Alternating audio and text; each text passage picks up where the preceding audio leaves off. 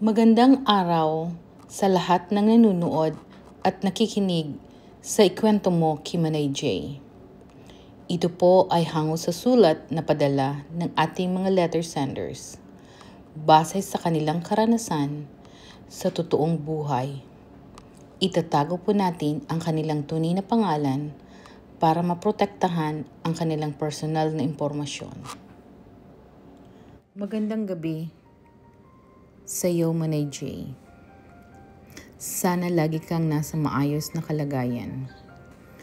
Bago ko simulan ang aking kwento, tawagin mo na lang ako sa pangalang Libra. Ito ang aking kwento na kung paano nagsimula akong umibig sa isang kapwa lalaki. Tawagin nating Norman.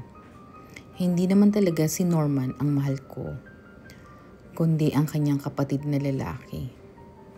Tawagin na lang nating Peter. Kaya lang nakakalungkot dahil namayapan na siya na di ko inaasahan.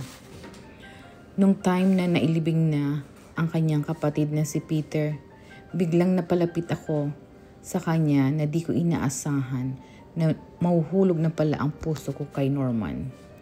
Di nagtagal, naging close na kami sa isa't isa. Pero di niya alam na may pag-ibig na akong nadarama sa kanya. Hindi naman siya pogi, pero cute lang. Nagustuhan ko talaga sa kanya ang kanyang mata at syempre ang kabaitan niya sa akin. Di nagtagal, lagi na ako sa kanila at doon na din ako natutulog sa kanila. Gawa nang wala din siyang kasama sa bahay dahil wala ang kanyang mga magulang. Bago kami matulog, nagkikwentuhan na lang kami, walang katapusang kwentuhan. Manay J, kilig na kilig talaga ako. Super lambing niya talaga. Umabot ng 2 taon din, ganun lang ang nangyayari sa buhay namin. Pero maniwala ka sa hindi, walang nangyari sa aming dalawa.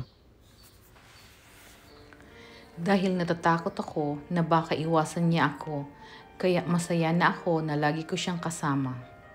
Para bang kumpleto na ang araw kong nakakasama ko siya.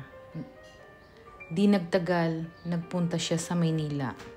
Doon nagsimula ang kalbaryo ng puso ko.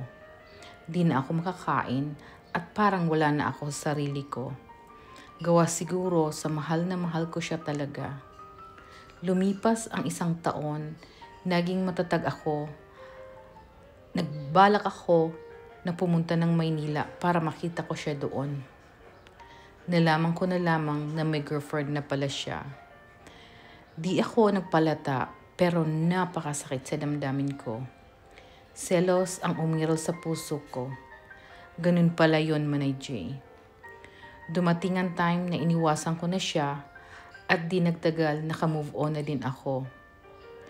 Nung time na yun, dumating ang araw na nagkita kami ni Norman sa mall sa Manila.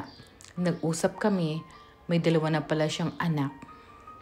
Masakit din kahit papaano dahil minahal ko din siya.